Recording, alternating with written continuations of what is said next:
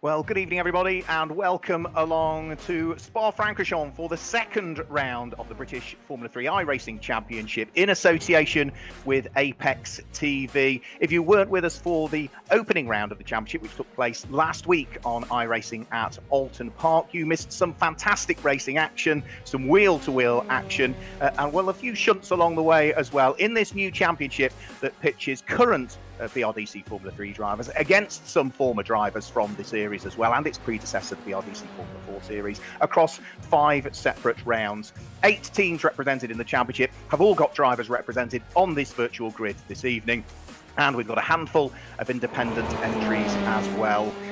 We will see throughout the course of the evening some of the current drivers that are hoping to, when we get racing for real, join the BRDC Formula 3 Championship for 2020, the likes of Nico Barone and Josh Skelton, who are signed to race for Chris Dittman Racing when we get the season underway properly on the entry list. A couple from Double R as well, who'll be racing for real as well, are out Louis Foster and Ulysse de Pauw.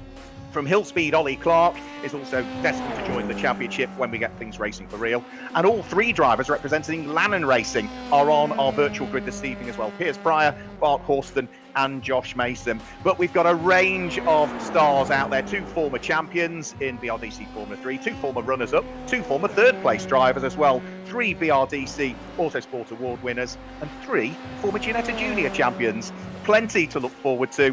Joining me in live commentary is Jack Cunard. Jack, we had a great evening last weekend at Oulton Park. Here at Spa, again, very technically a challenging circuit, but slipstreaming in particular up the Kemmel Straight is going to be the key to a good lap, isn't it? Absolutely. Thanks a million, Mark. Great to be here alongside you once again. Yeah, very, very different circuit awaits the drivers this. It's our only trip outside of the UK for the British Formula 3 Championship on iRacing. So last week, of course, Louis Foster with the feature race win, and I think had us a little bit on the edge of our seats that time, spinning it and then bringing it back on the circuit and just about managing to hold on for the win there. We're on board with Nikolai Kiergaard now as he heads down towards All Rouge and Radion. And Mark, you can kind of just see, look at the elevation change. It's really something looking at it from on board.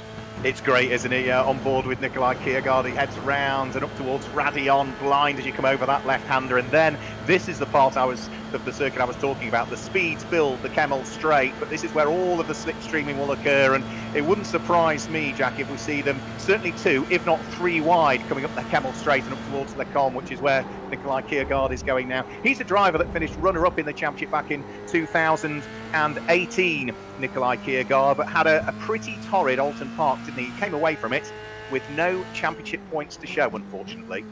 Yeah, he was involved in a few unfortunate incidents in the wall on the turn number 1 in Oulton Park. So it's unfortunate for Nikolai, but he's back here now in a very, very different circuit. Very open, and like you said, you're definitely going to see some 3 wide here because the slipstream in these Formula 3 cars is so powerful around this circuit. It's extremely wide as well, which is a total opposite to Oulton Park, which is very, very narrow. There's grass waiting for you on the other side in Oulton Park as well.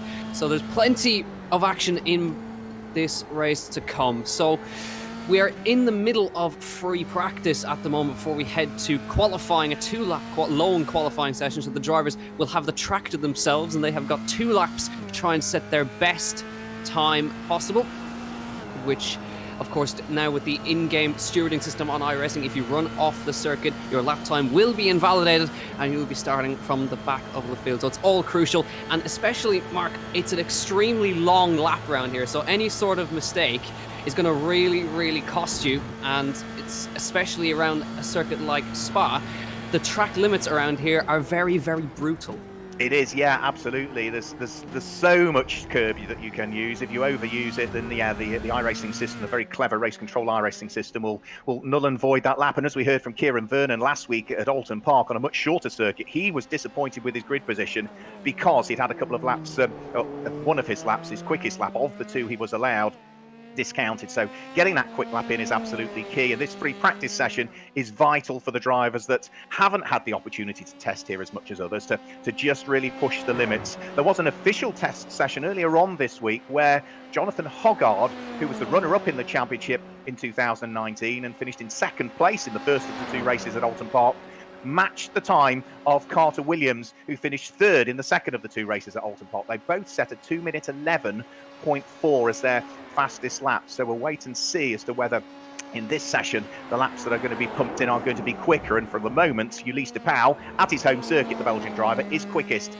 in this free practice session, a 2-minute 11.31. Before we sort of wrap things up with free practice, we have a particular guest that I want to bring into our live commentary. I'm delighted to say that joining us in live commentary is John Cavill. John is a long time supporter of the BRDC Formula 3 Championship, and John, you are, the man that's put in a lot of time and effort to get this championship up and running, and are going to be the man who will be awarding the championship trophy to our winning driver. Welcome along. Thank you very much, Mark. That's great to speak to you again. I'd just like to thank a few people, all the people at MSV, Giles, Claire, JP, all the teams and the drivers, yourself and Jack, Apex for putting this on, and Louise Beckett, who's started doing some interviews before the event. And just to say, we've got some interesting drivers joining for further races and a few surprises, I think. Well, yeah, I know some of those surprises. I'm in a very fortunate position. I'm looking forward to when they're going to be officially announced. So yeah, keep watching the social media. I mean, you mentioned sort of a few names there, Giles and Claire Baricha at MSV and JP. Well, Jonathan Palmer, you're a chap that's been supporting Jonathan since he was racing in Formula 3 back at the time. Well, I met Jonathan in 1981 when he was doing Formula 3, and I followed his progress early part of the season, and then I saw in Autosport that he was about to run out of money and could only do the next race. So I went to Oulton Park, introduced myself, and helped him till the end of the season. I bought the tyres for the rest of the season, and other people. I don't think Jonathan ever ran with the same sponsorship on the car from race to race. It was always different people coming in, helping and what have you. But Dick Bennett and everybody got it to the end, and it was a very exciting finish. He'd won it at Silverstone, went out on a technicality and had to go to Snetterton and win it again as a start line shunt, and it was a drama. But and then I went Formula 2 racing, Formula 1, Group C sports car. So I've known him a long time, and he's always been very generous to me when we've been racing, and nowadays when I see him at the circuits, etc. And both of you are equally as passionate about single-seater racing. And when Jonathan first started to introduce what at the time was the BRDC Formula 4 Championship, as it was called, back in 2013, was its first season, you were in there straight away wanting to support it through the Jack Cavill Pole Position Award that is in memory of your father. That's correct. What happened is I'd never put I'd helped one or two other people over the years and different things, and I'd never put my name to it. So Jonathan said, okay, well, you can do it, but you have to put your name to it. And I thought, I don't really want to do that. So my father, who raced in the 50s in the Cooper 500, who got me involved in all this, I said to JP, can I put his name to it? He said, okay, then. And so that's why it's called the Jack Cavill Pole Position Cup. That's in the real championship, but the champion in this E series will get their name on that cup as well, and therefore, since that was introduced back in 2013, you must have bumped into all or the vast majority of all of the drivers that have come through this championship and its predecessors, and some of them have gone on to have fantastic careers. Yeah, I mean, I'm still in touch with a lot of the drivers who are still racing, and one or two who aren't. But really, they've gone on to European Open Formula 3, FIA Formula 3, Formula 2, Formula 1, IndyCar, W Series, WEC, IMSA, lots of different GT championships. They've gone to V8 supercars, Super Formula, and Super GT in Japan. So really, it's been wonderful seeing how for some of them, their first outings in single-seater racing cars to where they've ended up. And that must make you enormously proud, really, that you've had, albeit, and I'm not being derogatory, but a small part to play in terms of getting them there. I think so. And it's also interesting because I get to speak to the parents, and some parents know a lot about motorsport, some know nothing at all, and you try and sort of, they'll ask me, what should we do? And you just try to use what you've learned along the way to give them some good advice. And whilst you know motorsport inside and out and single seaters, I would imagine that esports and iRacing, like many people around the world at the moment, it's new. What a fantastic platform it is. Well, it's grown, hasn't it? And in the lockdown, it's just grown enormously. And some of the people who we wanted to get in as guest drivers and what have you, it's unfortunately that they're either very busy or they are they're either very busy or they just can't do it because they don't have access to sims. But it's become, and I think it will carry on, but we're all looking forward to actually being at a racetrack and seeing live racing. We certainly are, John. Thank you for joining us. You're going to stick around for the race, I gather, and watch the action. It was busy and enjoyable, wasn't it, Oulton Park last week? Very, very good, yes. Yeah, and I think this evening will be very interesting. You say it's a very different circuit, very fast, lots of slipstreaming, let's hope, and it's going to be a great evening. And thank you very much to everyone who's been involved. I echo those sentiments. It's our absolute pleasure as well, and thank you for your support, both in terms of the British Formula 3 iRacing Championship in association with Apex TV, and for your support of the BRDC Formula 3 Jack Cavill Pole Position Award over the years. Thanks, John. It's a pleasure, Mark. Okay, speak to you later. Bye-bye. There we go. So there's John Cavill, and as we say, a man who sits behind the scenes. You don't probably know the name, but he's somebody that has supported motor racing for so long. We've got another Jack that joins me in commentary box. Jack Conan joins me in the commentary. It is only free practice, but it gives us an indication as to what might happen in qualifying. I noticed Harrison Scott now, the Brit, went to the top of the times last time through. Fastest time of the session, 2 minutes 11.19, albeit he's now got himself tangled up in an accident towards the tail end of this free practice session. Commentator's curse, bang on cue. Yeah, exactly. Well done, Mark. So Harrison Scott, just popped in a 2:11.1 there to pop ahead of Ulysse Pau, Nico Verona as well.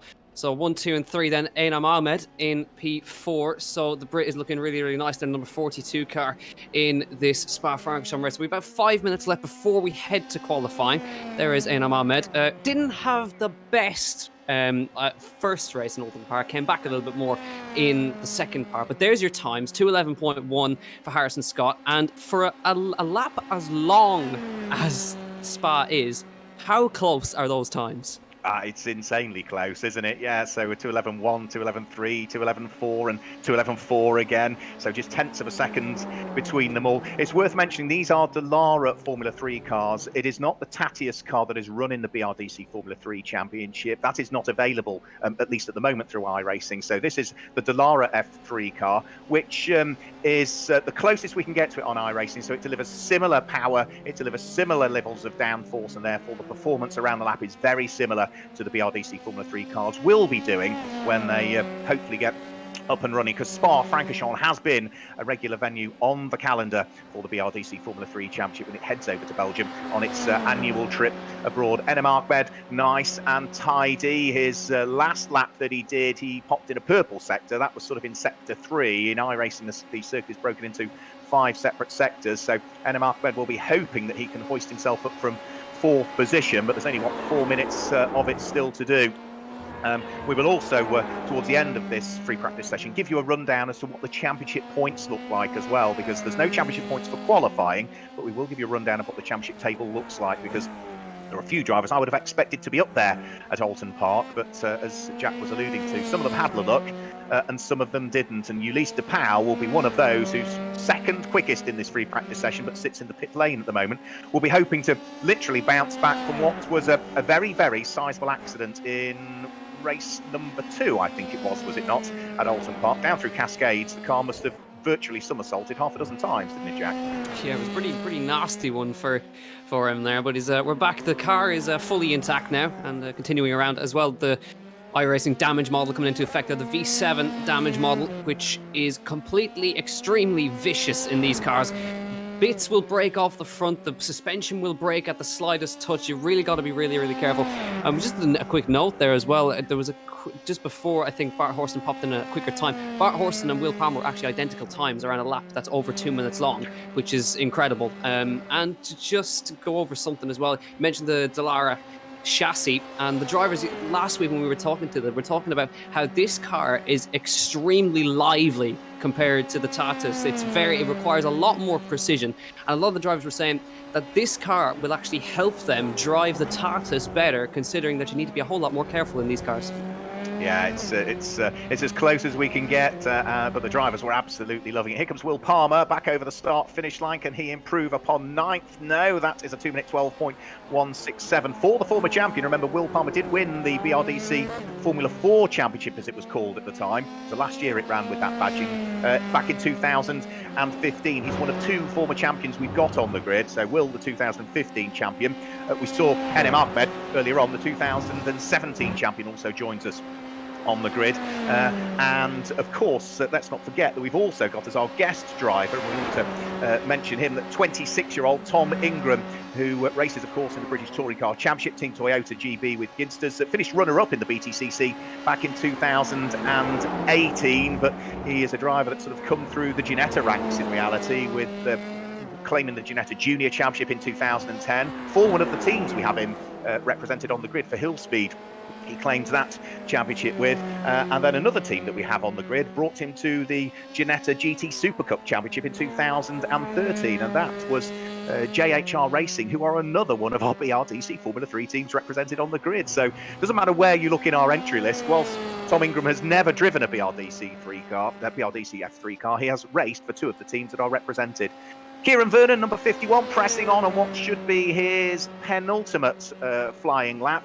Looking to see whether he can gain a little bit more pace. He is on an outlap at the moment, so he'll get over the start-finish line and squeeze one more lap in. 13th at the moment. He's another driver that went well last week. We don't see much of Kieran racing nowadays. He is driver coach for Chris Dittman Racing, who is representing here. He finished third, didn't he, in race number 1 at Oulton Park? A good outing for Kieran.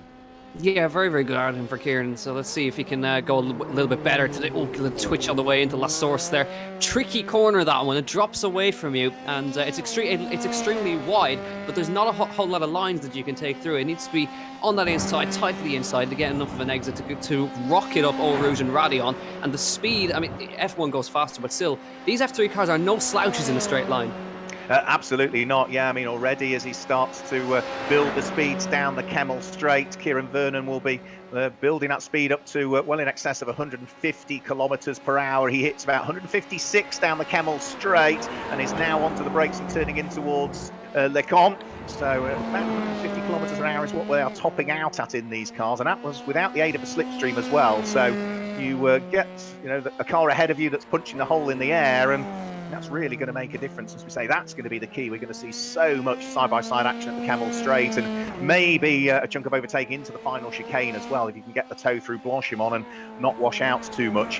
One driver who in free practice is a little bit further down than I would have thought, and that is the man who currently lies second in the championship standings and was the runner-up in the BRDC Formula 3 Championship last year, Jonathan Hoggard. So he was only 12th quickest. So free practice has now finished. I'm going to see whether we might be able to just show you what the championship standings look like at the moment, because it's going to take them a while to do their outlaps. Here they come.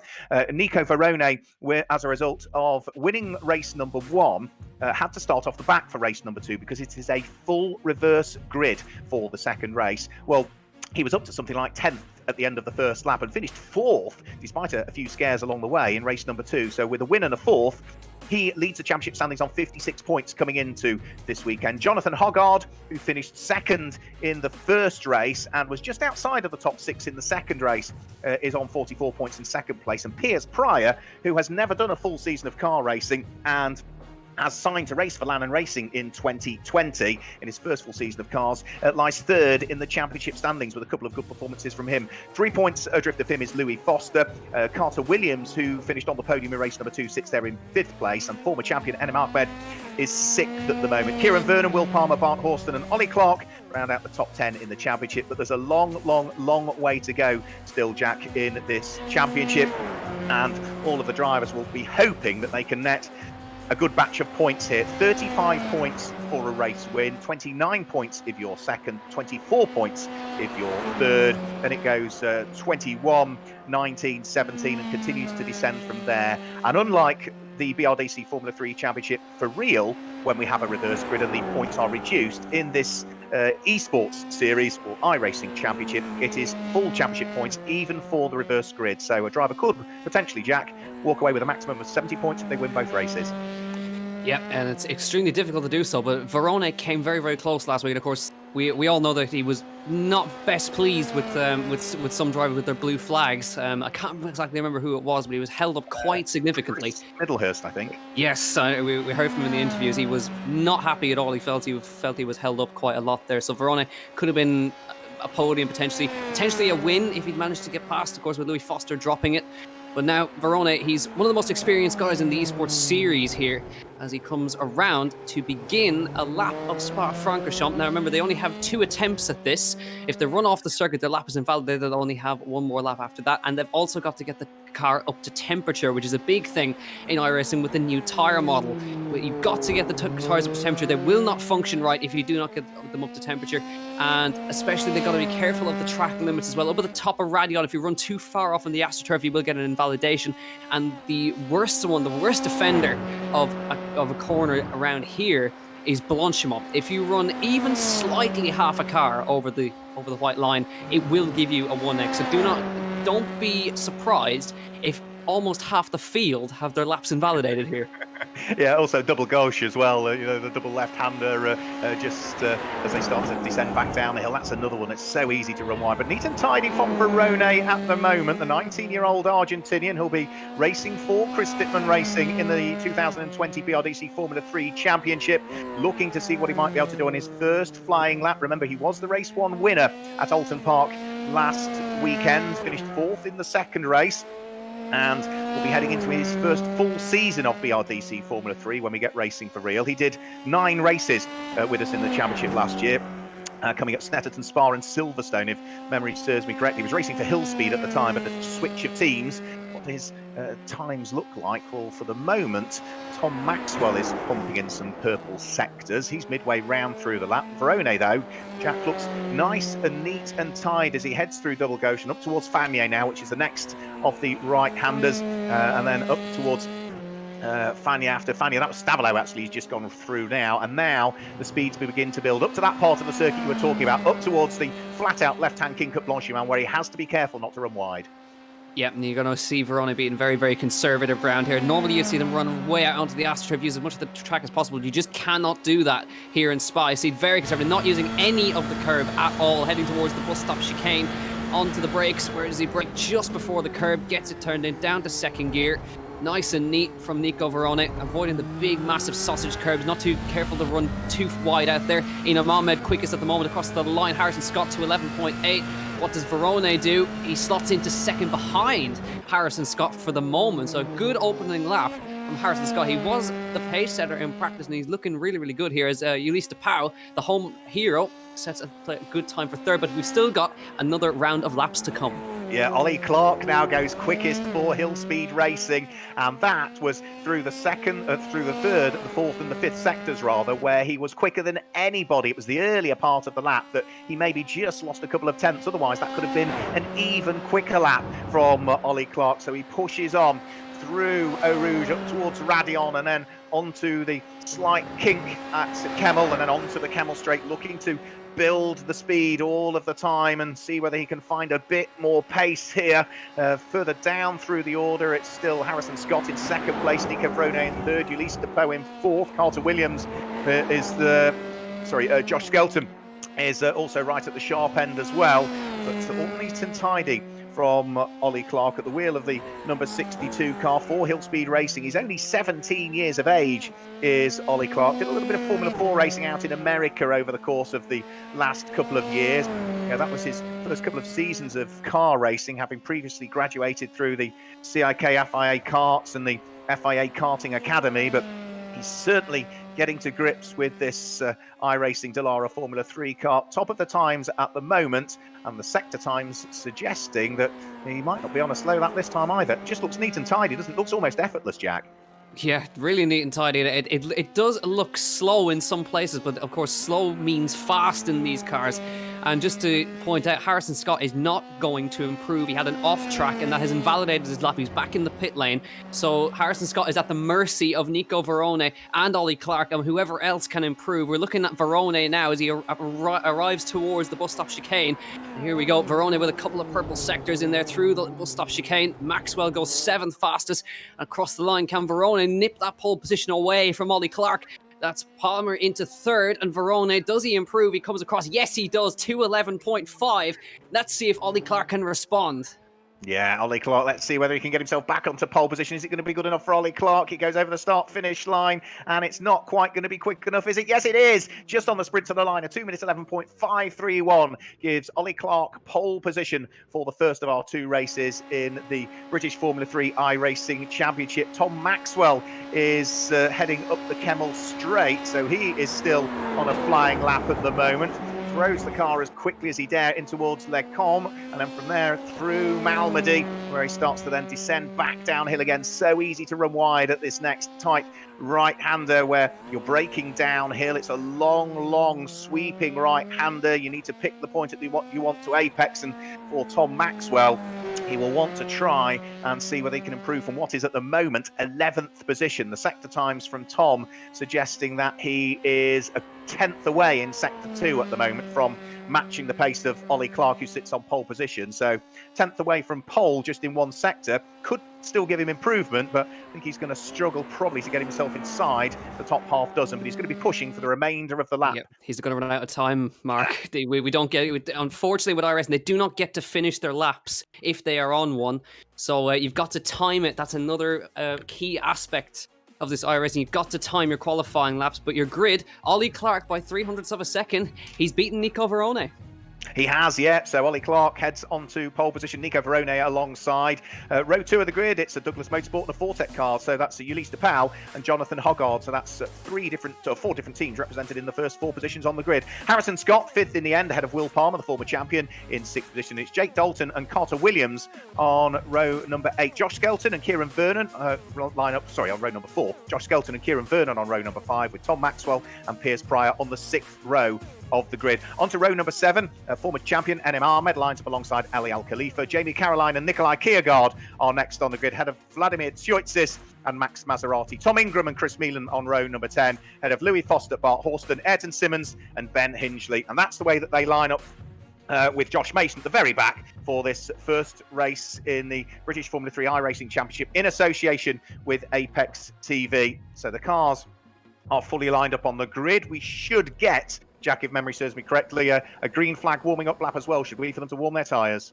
I believe we're going to get a rolling start, actually. As far as I'm aware, the pace car is now in front, so the guys will be starting with a rolling start for this one. So they'll roll through Blanchimont, through the bus stop chicane, and then the pace car will peel off and let them go. So now Ollie Clark, it's very easy to get off the line here, but he is now in full control once the pace car comes into the pit lane. He's got to wait for that green flag, but he's got an advantage because he can control when the grid goes.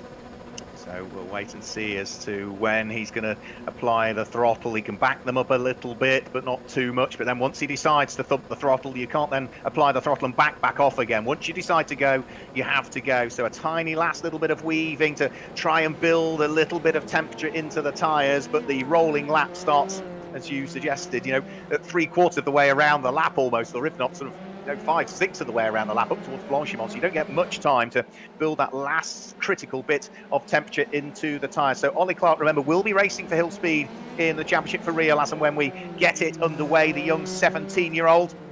And he will be hoping that he can improve upon his best position, which came last weekend. That was in race number 1 at Oulton Park, where he finished in 6th place overall. He was way down through the order in race number 2, one of many drivers that had problems. So safety car is about to peel off. Ollie Clark and Nico Verone, the championship leader Verone, line up on the front row of the grid. And it looks as though it is a slow start from Nico Verone. He's going to get mugged here. Ollie Clark is going to lead the pack as they head up towards the braking area for their source for the first time. Onto the brake. brakes, and it's going to be Ulysses Powell that slots through into second position. That was a really, really good start from Ollie Clark. Looks though everybody with the rolling start has safely made it through the first corner. Nico Veroni, though, the championship leader, is down in fifth position. Might just make it fourth as they head up towards Eau Rouge, but no, sensibly so in the early stage of the race. Backs out of the opportunity to try and grab the position. But now, this is where the slipstreaming will occur. They head up the Kemmel Straight for the first time as we go on board with Will Palmer.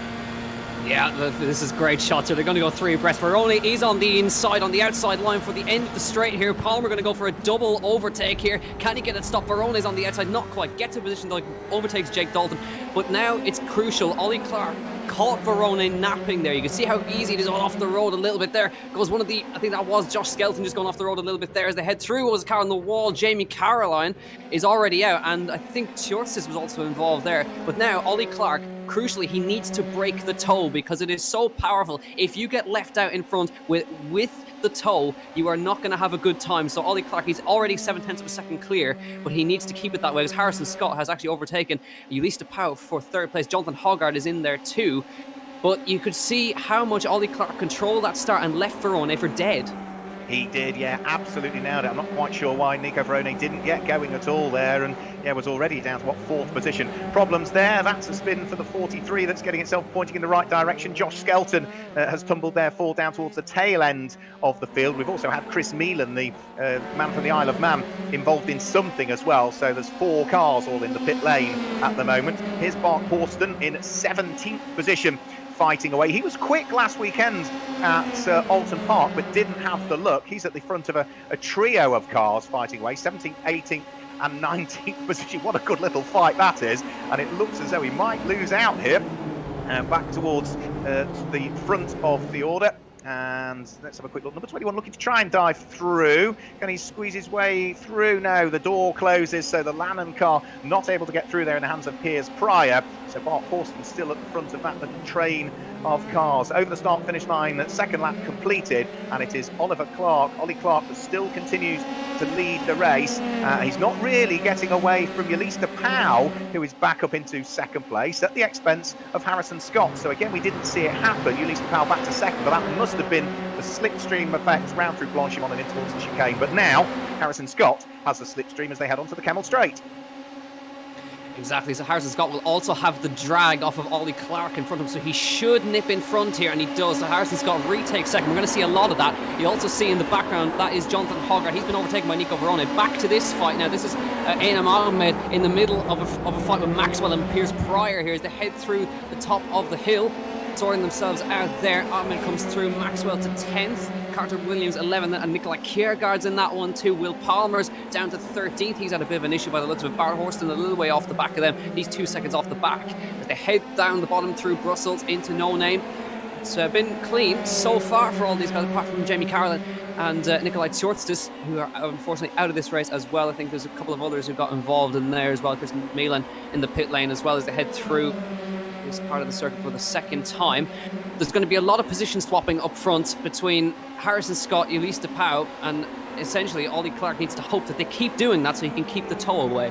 That's the critical thing, isn't it? As soon as Ollie Clark breaks the toe, the cars behind are going to have to work together if they want to close it up again. If they continue to squabble, and Ollie Clark will just disappear into the distance. He's not doing that for the moment. The Hillspeed car still continues to lead the race. Harrison Scott in second position. Ulysses Pau still sitting there in third place. The speeds build. The ability to slipstream starts to allow Harrison Scott to begin to close in onto the coattails of Ollie Clark. He's got half an opportunity here potentially, but Ollie Clark will defend on the run in towards the chicane. This is lap number 3 that's about to be completed. The order still remains the same. Ollie Clark from Harrison Scott and Ulysses Pau, but now for the first time Ollie Clark is starting to feel the pressure. Harrison Scott is looking to try and draw himself alongside. He's not quite going to do it as they head into the braking area for Les Source, and that lap with the toe has allowed Harrison Scott to set the fastest lap of the race so far, 2 minutes 11.211. The pressure beginning to build. The top 3 getting caught also by the cars in 4th and 5th place, aren't they? Nico Veroni and Jonathan Hoggard.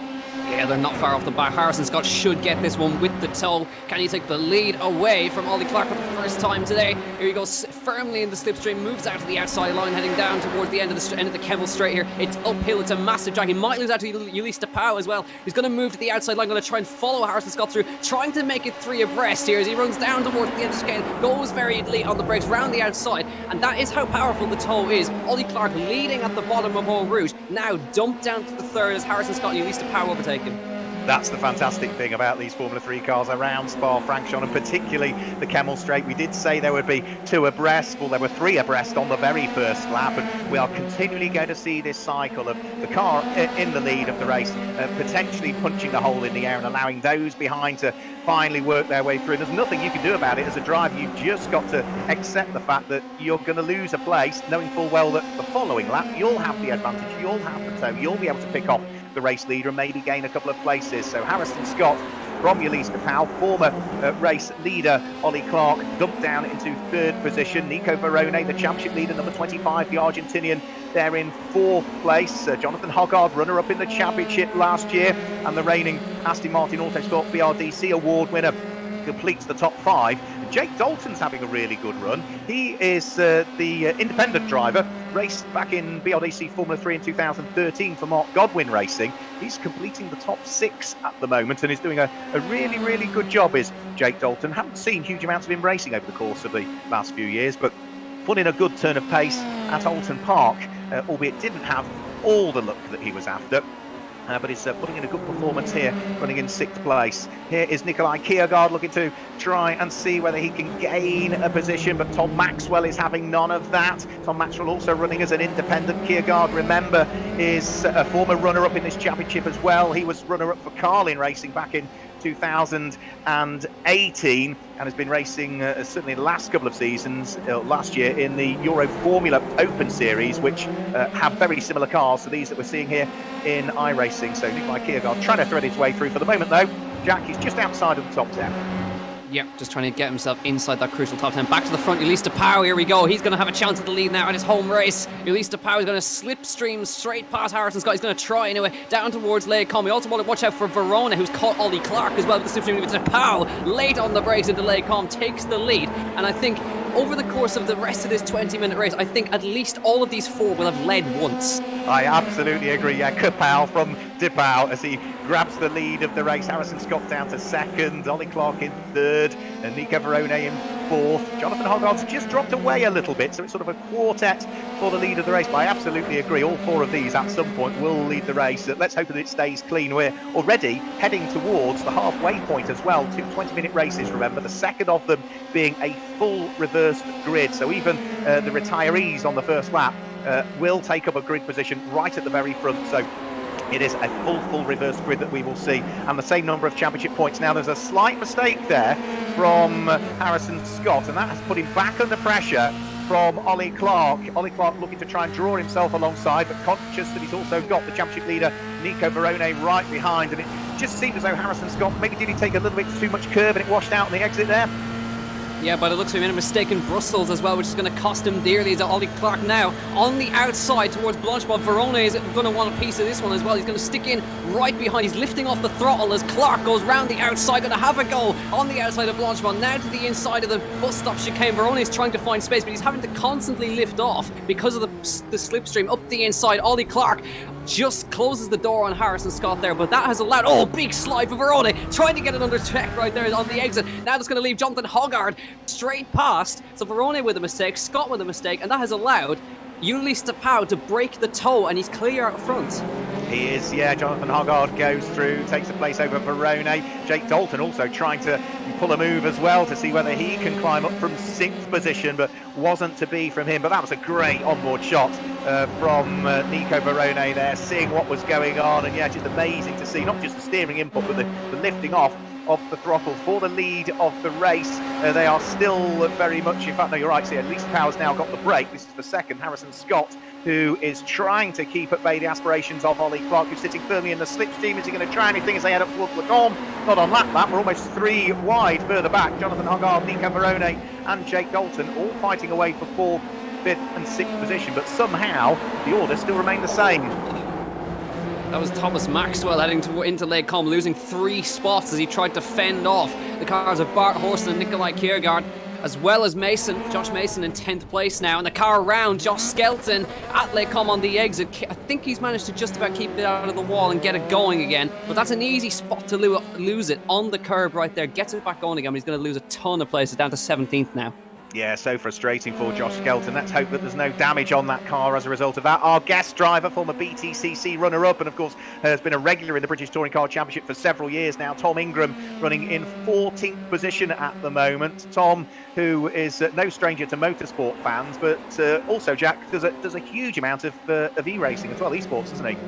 Yeah, he does. He's in many. I think it's Ollie Clark. I think Ollie Clark has gone off. By the looks of it, yeah, he's unfortunately. Let's see if we can have a look and see what happened to Oliver Clark.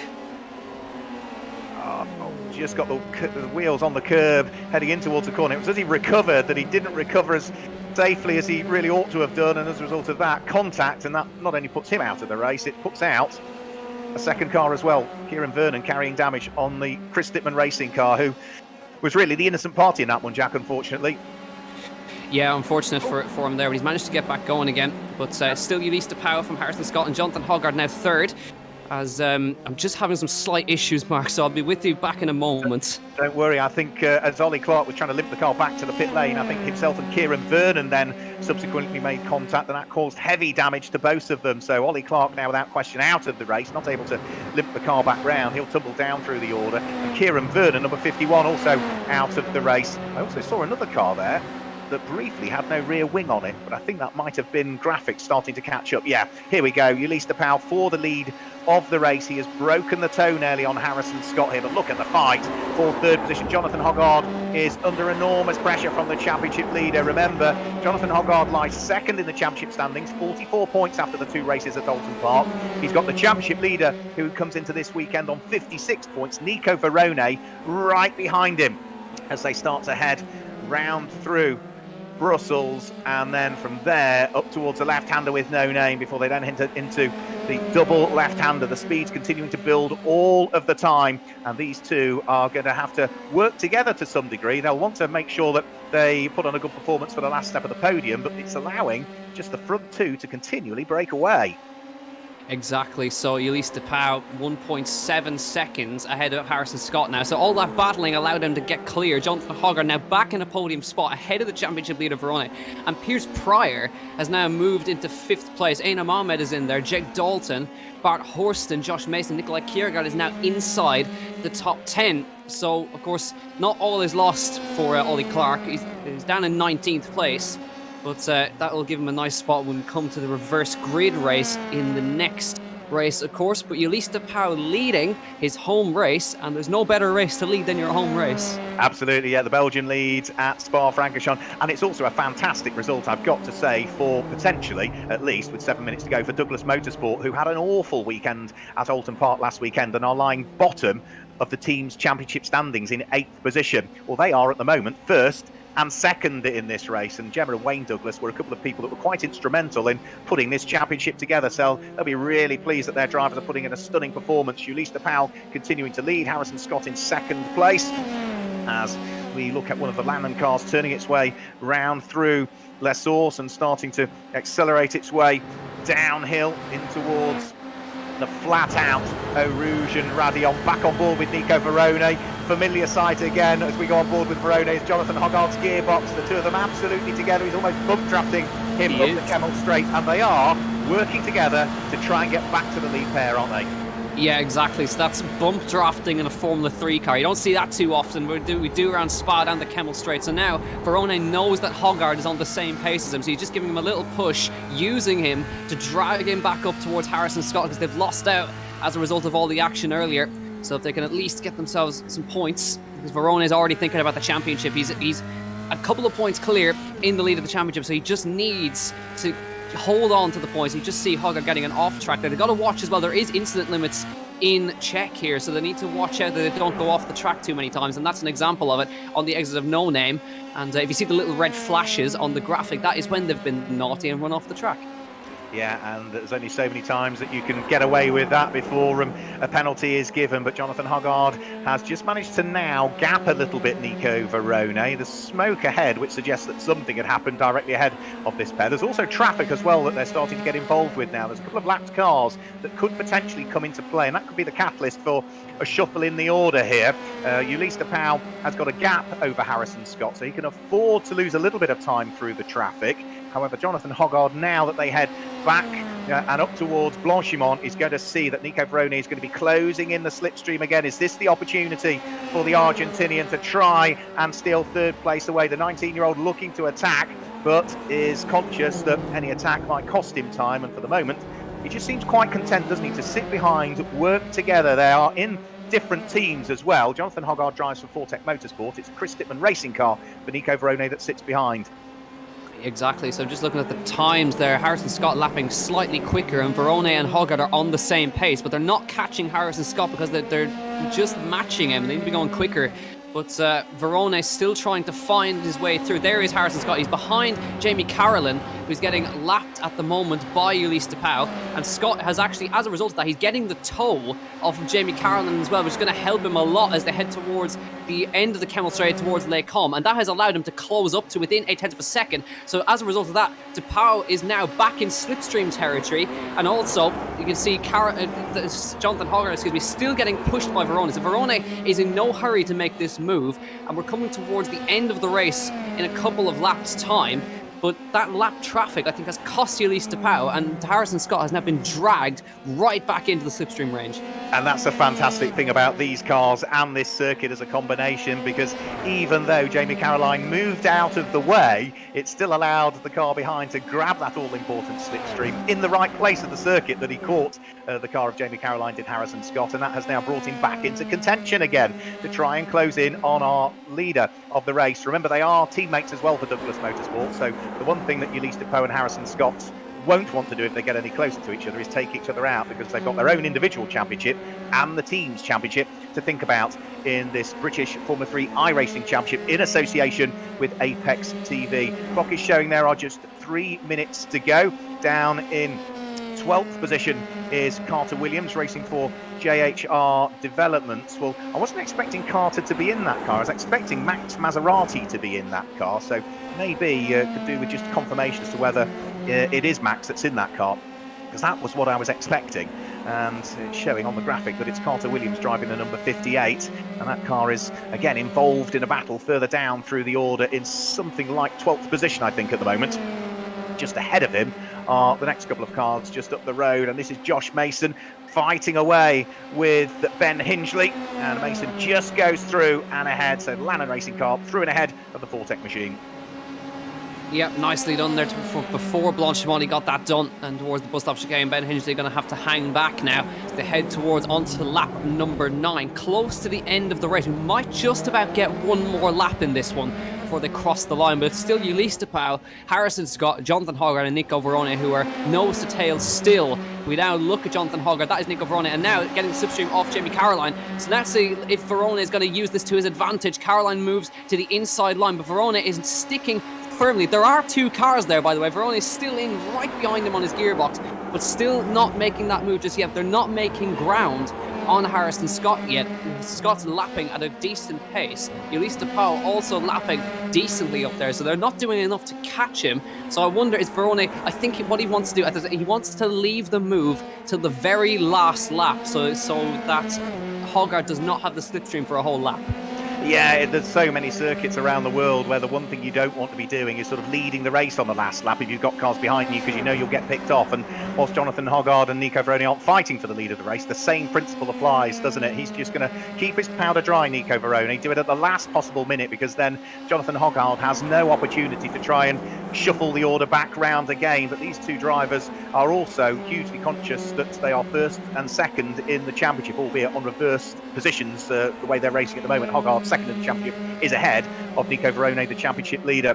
Time is running out, though. The clock is showing that we are into the last minute of the race. Ulysse de Pauw still continuing to lead for Douglas Motorsport. Harrison Scott in second position. Then it's the Fortec car of Jonathan Hoggard from the Chris Dittman racing car of Nico Verone. And it's a Lannan car, Piers Priors. And then another different team, Carlin and Ahmed, that completes the top 6. So it's only at the moment Douglas Motorsport that have more than one car inside the top 6. So 5 different teams represented. They are just going to squeeze another lap out of this one as well, Jack. Seconds to spare when they head over the start-finish line. Ulysse de Pauw couldn't afford to ease off towards the line so as to let the clock tick over to 20 minutes because he's got Harrison Scott right behind him. Yeah, personal best from Jonathan Hoggard and Nico Verone as well. So keep an eye on that battle because I think that's going to come to a climax on this very last lap now as the 20 minutes ticks to the end. And we head on to the final lap here. Also, a quick mention to our guest driver, Tom Ingram. Inside the top 10, he's driven extremely well, has Tom Ingram. And he always likes to start from a lowly position and make his way through, avoid the incidents. And he's inside the top 10. Great drive from Tom. Yeah, it's been a fantastic drive from Tom Ingram. And hopefully he will maybe pick a few more places off. Remember, full reverse grid. So he's got more work to do in race number 2 because he'll start further back. But it's been a good performance from Tom Ingram. We've been seeing him as a regular in the British Touring Car Championship for a good number of years now. First appeared in the BTCC back in 2014. Has always raced for the Speedworks team. Of course, it's badged Team Toyota GB with Ginsters, or was last year at least, but it's still Speedworks and Christian Dick's team up in Cheshire that run that car, which as and when we get racing for real, be interesting to see how, with a full season of development behind the Toyota, how it goes in 2020. Tom Maxwell in 11th place has got his hands rather full, to say the least. He's got the car of Josh Mason right behind him. Josh Mason needs to watch his mirrors as well because right behind them is the number 58 JHR development car in the hands of Carter Mason. So this is the fight for 11th, 12th and 13th positions as things currently stand. But up front, Ulysse de Pauw continuing to lead the race. He is on his final lap of the race, and I don't think there's a great deal that Harrison Scott's really going to be able to do about it. No, de Pauw just about did enough there to keep the gap, and we've got to watch as well to see how Verone is going to dispose of Hoggard if he can, because they're coming towards the last corner now. Ulysse de Pauw at home in Belgium, coming towards the bus stop chicane in the number 55 car. He will start last in the feature race, of course, but that does not matter because he's got one under his belt through the bus stop chicane for the final time. And across the line, Ulysse de Pauw, first blood at home in Belgium. He wins the first race in Spa, and coming across the line, it's Harrison Scott. And towards the line, I think Hoggard and Verone are super close. Verone just misses out. Hoggard just got him with a personal best across the line. Great job, Verone just missing out. They were neck and neck across the line, and Hoggard holds on to that third place. Piers Prior, Enam Ahmed, Bart Horston, Jake Dalton, Nikolai Kiergaard, and in this battle, I think Josh Mason, is going to get Thomas Maxwell. He has. So across the line, Mason, Maxwell, and Williams. Then Ben Hingley, and after that, it'll be Ali Al Khalifa, Ayrton Simmons, Kieran Vernon, and unfortunately, Ollie Clark all the way down in 18th. But I think, Mark, we've got to keep an eye on him for the reverse grid because we know how quick he is. Yeah, Ollie Clark was hugely impressive until he sort of made a small mistake, put him off the circuit, and I think he was probably trying to rejoin as quickly as he could, but as he tried to rejoin, he was slapping sideways across the circuit, and Kieran Vernon inadvertently ploughed right into the side, and it didn't do either car much good. Then, as Ollie Clark tried to limp the car back with the damage, there was further contact with another car, and that meant that he had to head towards the pits for one of the quick resets on his car. So we'll see him make a charge, a bit like Nico Verone had to do as the race winner from last week, from the back of the grid, see whether he can charge his way up towards the front. And here at Spa-Francorchamps, of course, there's a good opportunity to get in the slipstream of some of the cars and slowly pick them off, as we've seen right the way throughout this race. So Ulysse de Pauw is our race winner. We will be getting the opportunity to chat to our top 3 drivers at least very, very shortly. They'll come and join us in the commentary box for a quick chat. But for Ulysse de Pauw, a win, as we say, at his home circuit, and that is off the back, Jack Canaan, who joins me in live commentary, of an awful couple of races at Oulton Park. So that's exactly what he would have wanted. Confirmation of the results, Ulysse de Pauw claims the win and the maximum 35 championship points. Harrison Scott is in second place, Nico Verone third. Jonathan Hoggard, Piers Prior and Enam Ahmed complete the top 6. Bart Horston came home in 7th place, Jake Dalton in 8th. Nikolai Kiergaard and Tom Ingram our guest driver completing the top 10. Josh Mason, Tom Maxwell, Carter Williams, Ben Hinchley and Ali Al Khalifa down to 15th place. Then it was Ayrton Simmons, Kieran Vernon and Oliver Clark that finished in 18th position. And this will, of course, in reality, also give you the grid, albeit in reverse order, for the second of the two races. So Ollie Clark in 18th place, having led the race for a good period of time as well. After Ollie Clark in 18th place, Josh Skelton was 19th, Jamie Caroline was 20th, and all of these now the cars that had problems. Vladimir Tsioitis, Chris Meelan, Will Palmer, Max Maserati and Louis Foster were the 25 cars that were involved. So we are starting to see a few of the drivers come ready to have a chat to us in live commentary. There'll be another quick free practice session that will take place. And I'm just waiting to see, Jack, whether we might get Ulysse de Pauw to come and chat to us. Harrison Scott is ready, so we could always drag him through first and have a quick chat with Harrison Scott. So Harrison Scott joins us in the live commentary. Hi, Harrison. It's great to see you back behind the wheel or back involved with BRDC Formula 3. That looked like a typical Spa-Francorchamps battle with slipstreaming being the key. Yeah, definitely at the start. Obviously, as we was all bunched up, slipstreaming was like a massive factor in the racing.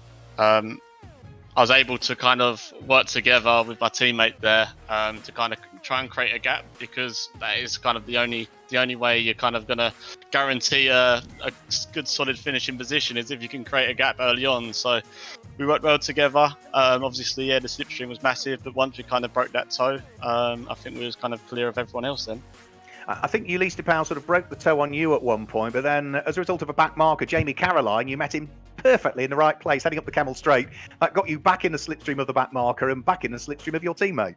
Yeah, I mean, I was probably catching him 1 or 2 tenths a lap, which wasn't enough there. But yeah, as you say, Jamie kind of got involved a bit towards the end. And to be honest, I think had there been another lap or two, which I mean is always the case in racing, you can say that. I think it would have been a close battle. But no, happy to get back on the podium, especially after not doing a lap at round 1, and get a good result for Douglas Motorsport. Yeah, it's a great result for the team as well. You know, a 1-2 for the team for Douglas, who had a pretty torrid weekend last weekend at Oulton Park. Yeah, to say the least. I mean, we've both been very quick. But I was obviously starting at the front at Oulton Park in both races, and was kind of involved in incidents that I shouldn't have been. So yeah, I was happy to kind of get this one under my belt, and now we can move forward. Work to do in race number 2 there, Harrison. Yeah, just a bit, but looking forward to it. Just got to keep the nose clean and we should be okay. Well done on second place. Anything from you, Jack? No, I don't think there's anything nothing to add. Thanks, Harrison. We'll let you disappear out of live commentary. No worries. We'll bring in our next driver, which is the driver that won the race, Ulysse de Pauw, on the top step of the podium in the 3rd race of the season for the British Formula 3 iRacing Championship in association with Apex Racing TV. Congratulations, Ulysse. 3rd, 2nd, up to 1st, and then had to hang on to it. Yes, thank you very much. It's been quite a tough race. The slipstream played a big role in the races, but I managed to play it well. We were catching Oliver Clark at the beginning with my teammates, so we did a pretty good job. Then I managed to take the lead, and they just started to battle behind me, so I could have a small gap and pull away. And then I just had to keep going to go to the end, but Harrison was quite fast at the end, so I had to push until the last corner. And a win at your home track in reality. Yeah, it's good. It's good to win, especially in Spa. It's also good to be on the top, because I had a tough meeting last week in Oulton Park. I didn't have any laps in qualifying, and I crashed twice in the race, so it's good to score some good points. Yeah, one of those was a rather large crash at Oulton Park, so it's great to see you put in a good performance, and as Harrison Scott was saying, not just for you drivers individually, but also for the team, Douglas Motorsport. Yeah, for sure. We both had a difficult first round, so it's good to score some good points for both of us in the race 1 here. But it's not over. Now I think we can have a big shot for the race 2, and we can gain a lot of position. Well, get in that slipstream and pick them off. Well done, Ulysse. Thanks. And we'll grab a quick word with Nico Verone, who finished in 4th position, is also waiting for us. So let's grab I believe he finished 3rd, Mark. I just double-checked. He got up by 0.003 of a second. Right. When I did a screenshot, it was showing in 3rd. So Nico Verone does show 4th. He does finish in 3rd place. Nico, 3rd position. What a fight you were having with Jonathan Hoggard. Yeah, it was really good battle. I managed to qualify P2. Oliver did a great lap. So yeah, with rolling start, I started in 2nd year, and because I never started, rolling with this car, and it was so bad, so I lost some positions, and then started to catch up. But yeah, then when we were fighting, I had like little bit contact with Hogarth. It was my fault. My car like sliced, and he touched me, and then there we lost some time. We lost the slipstream, so. Then we were like, I was pushing behind him on the straight to try to catch up. Yeah, and well, in the last lap, I managed to overtake him. It was really tight because I leave some pace because of the netcode. Because sometimes you have netcode here and probably you have contact. So yeah, it was really tight. But yeah, always good battle with Jonathan. You should look back at the replays, Nico Verone, when we put them out there, because I don't think I've ever seen bump drafting in Formula 3 cars to the degree that I did. The two of you working together to do the only thing you could do, try and close that gap. Yeah, we were working together. So yeah, I was like, he stayed tight in the straight, and I was like pushing him, and the car tries to move. Yeah, it was really on the limit, but yeah, we were catching it up. You won race 1 last week at Oulton Park, which put you off the back of the grid for race number 2, and you finished in 4th place. Well, finishing 3rd today is going to put you 2 places higher on the grid. So what can you do at Spa with the slipstream? Yeah, I think, first of all, first lap, we have to avoid all the incidents. It's going to be tough. So then after lap 2, I think the race starts. So yeah, we will see. We will see how it goes. No, with the slipstream, it will be really difficult because in the middle of the pack, people passing 3 wide, so it's gonna be tough. Well, unless Jack's got anything, we'll let you get ready for race number 2, Nico. Yeah, thanks a million, Nico. We're going to let you go to the grid now because we're close to going. So best of luck, and hopefully we'll see you on the podium next time. Thank guys. Hopefully, yes. So as we thought, Jack, the driver's saying exactly what we thought had happened. That Jamie Caroline inadvertently as a back marker helping Harrison Scott close the gap wasn't to be, and Nico Verone bump drafting Jonathan Hoggard, exactly what we would expect at Spa.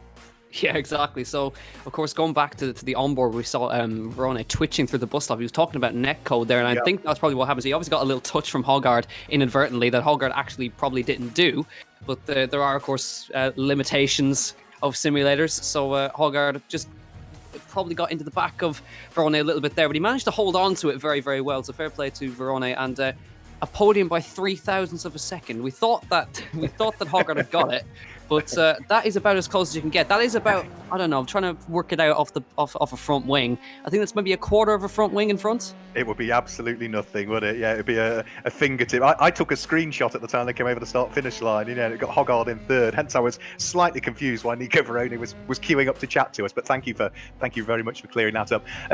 Warm-up session underway. Now, this counts not for the grid. Remember, it is a full reverse grid that's already set from race number 1. Same championship points as well, 35 for a win. But Tom Ingram has picked up where he left off. In reality, he was 10th, wasn't he? Our guest driver, the BTCC star in race number 1. He's 4th quickest in this warm-up session. He's going well, isn't he? Yeah, Tom is always thereabouts, and I wouldn't count him out for a cheeky good result here for Tom, and we'll see how he gets on. Well, Jonathan Hoggard currently quickest in this warm-up. Upon talking to a lot of drivers don't actually see this as a warm-up, quote-unquote. They actually see it as a nice cool-down session after the first races. There's a lot of adrenaline going. There's a lot to think about, because when you've just won a race and you've now got to think about coming from the back of the grid, there's a whole new mindset that you've got to take. And as well, for the guys who started at the back, they're now got to think, right, how am I going to break the toe?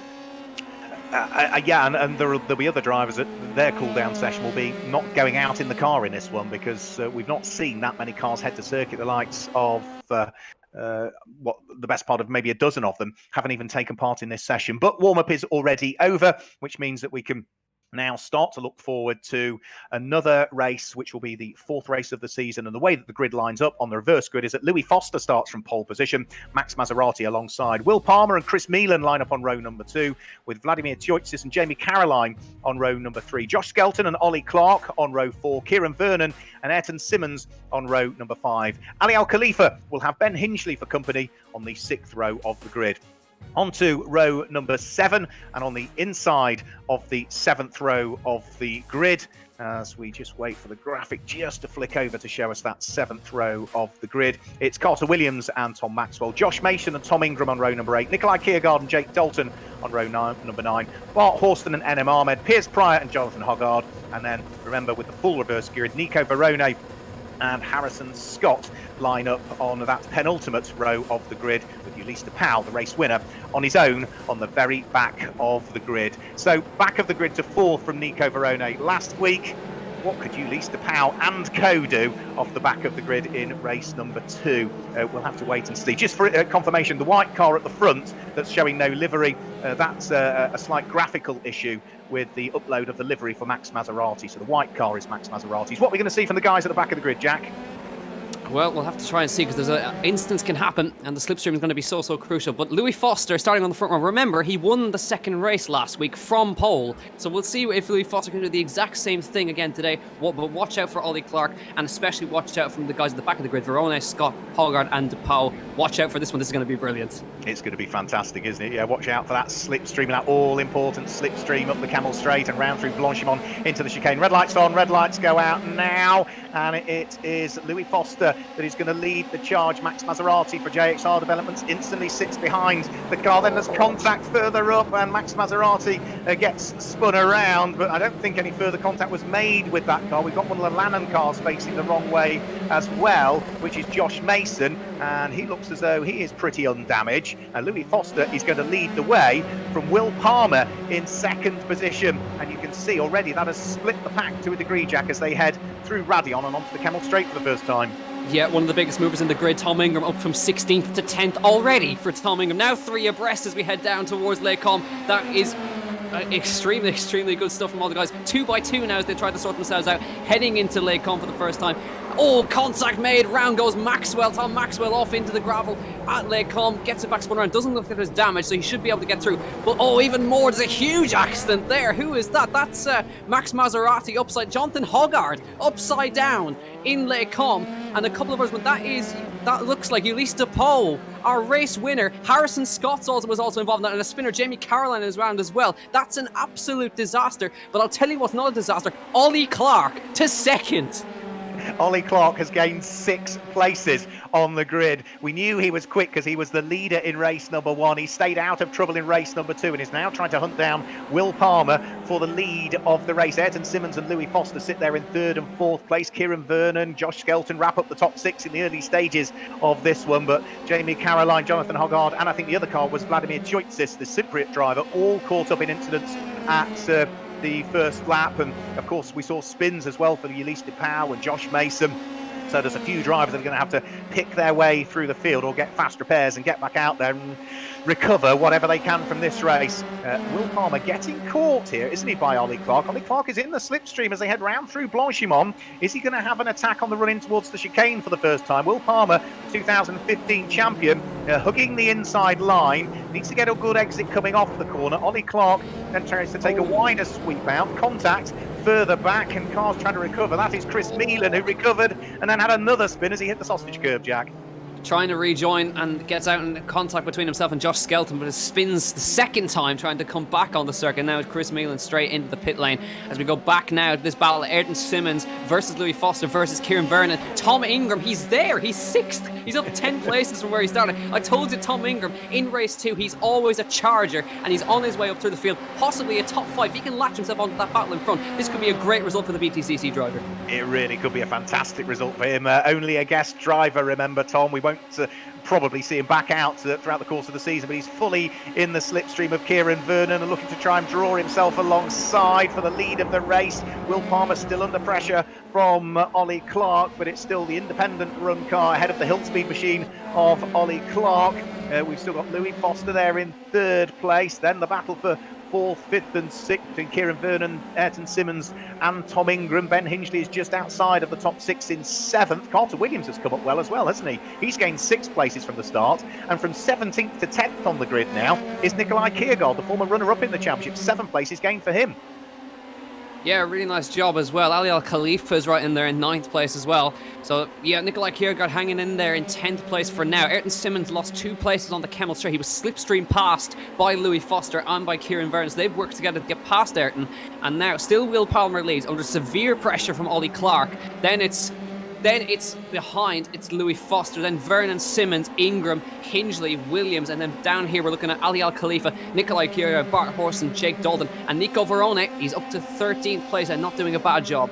Yeah, he's making the kind of progress that they've thought that he would make. Just ran a little bit wide there. Needs to be careful that he doesn't do that too frequently. The Argentinian on his charge up through the field, Nico Verone, and he's got there Enem Ahmed right behind him, or looking to try and at least get a bit of the toe as they head round through Blanchimont. He's not going to get much of a toe, I wouldn't have thought. Up towards the fight for 3rd place, Louis Foster under pressure from Kieran Vernon, the double R car just ahead of the Chris Dittman racing car. The lead has also come over the start finish line. You can see just how close it is for the lead. Will Palmer still under pressure from Ollie Clark. A spin further back. Ooh, Nikolai Kiergaard. Unfortunately, that's Kiergaard, yeah.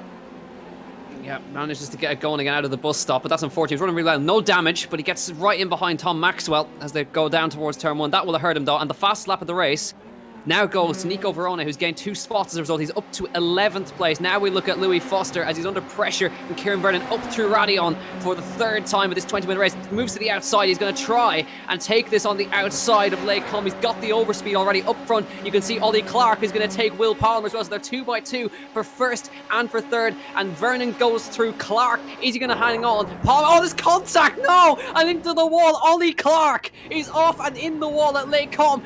Palmer has to go straight on, and that is such a shame. They tried, and let's have a look and see if we can see what happened here. Down towards Lake Com. Did they make contact with the tires? Ollie Clark on the outside tries to shut him off, and into the wall. Ollie Clark, it's been a terrible, terrible day, and he just cannot catch a break. He tried to come across there, and it did not work, and in the wall he went. Yeah, just the slightest touch between the pair of them, but the speeds that they were travelling, 150 kilometres per hour, that was all it needed. And it now means that Kieran Vernon, the driver coach for Chris Dittman Racing, leads the race overall at this stage. He has raced in the BRDC Winter Series for Hill Speed Racing. That was way back in 2013. There's very little racing nowadays. We've seen him out in the likes of Porsche Carrera Cup GB more recently, but Kieran Vernon, the 30-year-old, leads the race at this stage. Louis Foster sitting there in 2nd place.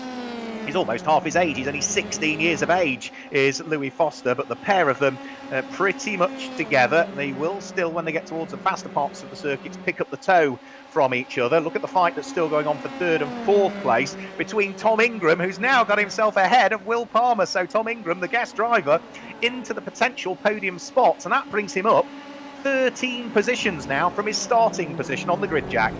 Yeah, I like to keep mentioning him. Tom Ingram, he likes to charge through the field, and he's doing just that. Ayrton Simmons also makes, but I think Will Palmer has got damage from that contact. You can see the damage on the right-hand side as we look at it here. He's got damage on the front wing from that contact. So you see Will Palmer trying to get back past Ayrton Simmons in towards last source. Going to think about it. Got to watch out for Carter Williams as well. But Kieran Vernon leads by a small margin over Louis Foster. Now down towards Eau Rouge and Radion. Ayrton Simmons having to cover off Will Palmer here in the slipstream. He'll have the slipstream down the Kemmel Straight as well. He's right on him, even with the damage, but it's going to hurt him in the slow corners up Eau Rouge, through Radion. It's touching as they come over the top of Radion. Watch out for Carter Williams. He's going to try and get himself involved in this up front. Louis Foster going for the lead, pushing Kieran Vernon down the main straight, down the Kemmel Straight. Now Carter Williams trying to go around the outside of both of them, and that's covering off. Good defence from Kieran Vernon there. But they cannot afford to fight too much because Tom Ingram is closing, and you can see Ayrton Simmons holds on. Williams into 5th, and Will Palmer now has to settle for 6th place. And watch out for Bart Horson into 7th as well. Yeah, Bart Horson's made good progress. He's up 12 places at the wheel of his number 50 Lannon machine. So back towards the fight for 4th position with Ayrton Simmons being the cork in the bottle. Carter Williams, who finished on the podium in the 2nd race at Oulton Park, where he was 3rd last weekend, sitting there in 5th place. Will Palmer, Bart Horston, Ali Al Khalifa, Nico Verone and Enem Ahmed complete the top 10 at the moment, but Will Palmer is going to have to carry that damage all of the way through the remaining 12 minutes of this race, and that is going to hurt him harder. You can see through the fast corners he just hasn't got the downforce he needs anymore now. The front end grip isn't there, and Bart Horston is just going to work his way around the outside to gain the place. So another position lost there for Will Palmer, and sadly that's going to sort of be the case for the rest of the race, isn't he? He's just going to struggle with the corner speed, and he's just slowly going to lose time and get picked off by car after car after car if he's not careful. And it must be so frustrating as a driver, Jack, because there's not a great deal you can do about it. Here's Ayrton Simmons under enormous pressure from the yellow car that sits behind, which is Carter Williams. Ayrton Simmons looking to try and hang on to the place. Round through Blanchimont they go. Carter Williams might have a run here, heading up towards the chicane, but straight away Kieran Simmons is wise to that and blocks off any move, so Williams has to take the wide line into the chicane, see whether he can cut back on the exit, but then there's contact. Front end of Carter Williams, rear end of Ayrton Simmons, and that puts Ayrton Simmons into a spin, and that's going to drop him down through the order into the bottom of the top 10. And Nico Verona says, thank you very much, I'll have 5th place. And he goes through, Carter Williams to 4th. Also, Enam Ahmed is going to make it to 6th place. Such an unfortunate incident there between all those guys. And he's going to spin in front of Nikolai Kiergaard, who's very lucky to get away with that. And you see the rear left suspension is totally broken. It was a total pile up there as they came through with Will Palmer and Bart Horse. And now back to the front as Louis Foster has taken the lead from Kieran Vernon, but Kieran Vernon's going to try and come back at him. That is Jamie Carolan. He was a spanner in the works earlier as they come down towards the Lake Holmes chicane. He's going to hold up. Jamie Carolan is really trying to get him involved in the lead. Battles contact! Oh no, Louis Foster and Kieran Vernon go around, and that means Tom Ingram leads this race. Fantastic stuff from Tom Ingram. He leads the British Formula 3 iRacing Championship race number 2 here at Spa-Francorchamps, a guest driver, not going to be with us for the full season, but Tom Ingram leads the race, and look at the gap that he's got behind him. He's got nearly 4 seconds between himself and the car in 2nd position. So this is falling perfectly into the hands for Tom Ingram. What he does need to do through the double left-hander is just make sure he gets past Jamie Caroline, who sensibly stays well and truly out of the way. That will aid the cause of our race leader, Tom Ingram. Louis Foster is in 2nd position. 3rd place is Nico Verone now, looking to try and squeeze his way through, and makes it. Verone from the back of the grid is up into 3rd place from the back of the grid. He got up to 4th last weekend, and we've still got just over half of the race to go.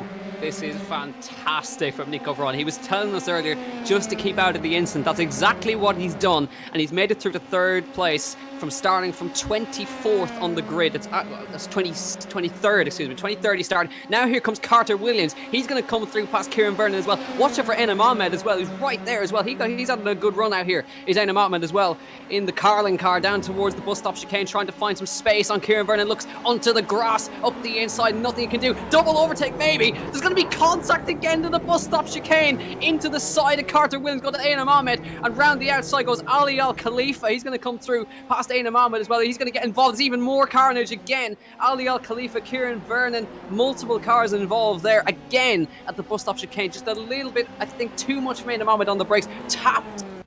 Tapped into the side of Carter Williams. Unfortunate incident there, but that is what happens up the inside. You can just see he went too late on the brakes. Carter Williams just locked up the rears there, I think, Mark. He did, yeah, and then Carter Williams tried to rejoin, bounced over the sausage curve and took out Ali Al Khalifa, who was very much an innocent bystander in all of that, but that has really shuffled the order. That now means that Enam Ahmed is up Tom Maxwell is up 10 places and now up into 4th position. So Tom Ingram leads the race. Louis Foster is 2nd. Nico Verone is in 3rd place. And this car here, Tom Maxwell, is now running in 4th position, having started 14th on the grid. Enam Ahmed is behind him, who is in 5th place, having started 20th on the grid.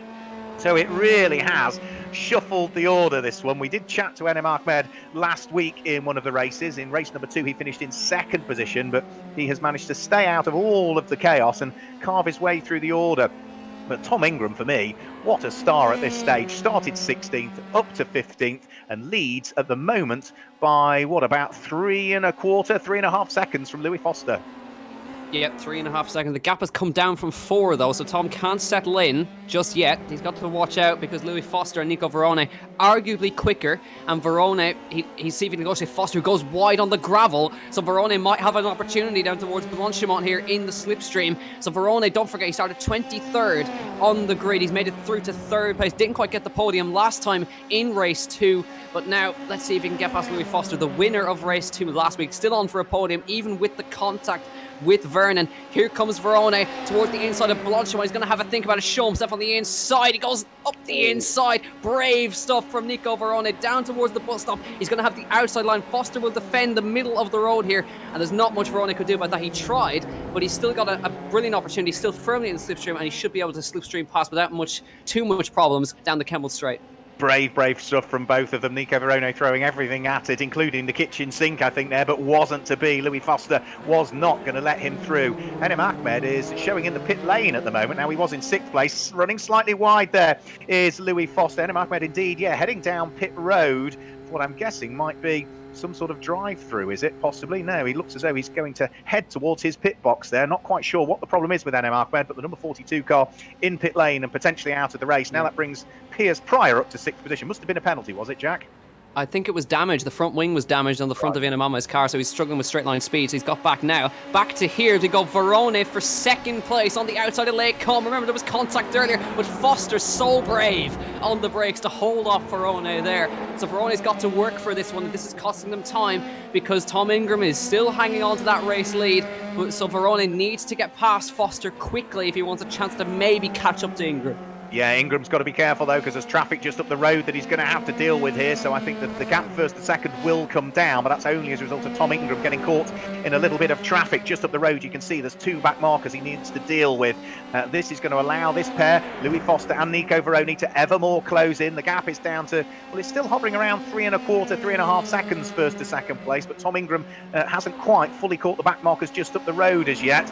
After Louis Foster and Nico Verone, then there's a sizable gap back to Tom Maxwell, who runs in 4th position, but the best of the battles. Now, Louis Foster needs to be careful here. He continually keeps running wide, doesn't he? And there's only so many times that he can do that before he will end up with some sort of penalty. Again, there you can see him using all of the curbs and a little bit more, a little bit neat and tidier there as they come through Stavelot and start to build the speed up towards Blanchimont. And this again is where Nico Verone is able to pick up that slipstream, get himself firmly in the tow. We saw him being very brave with Louis Foster last time through Blanchimont. He's sitting behind this time.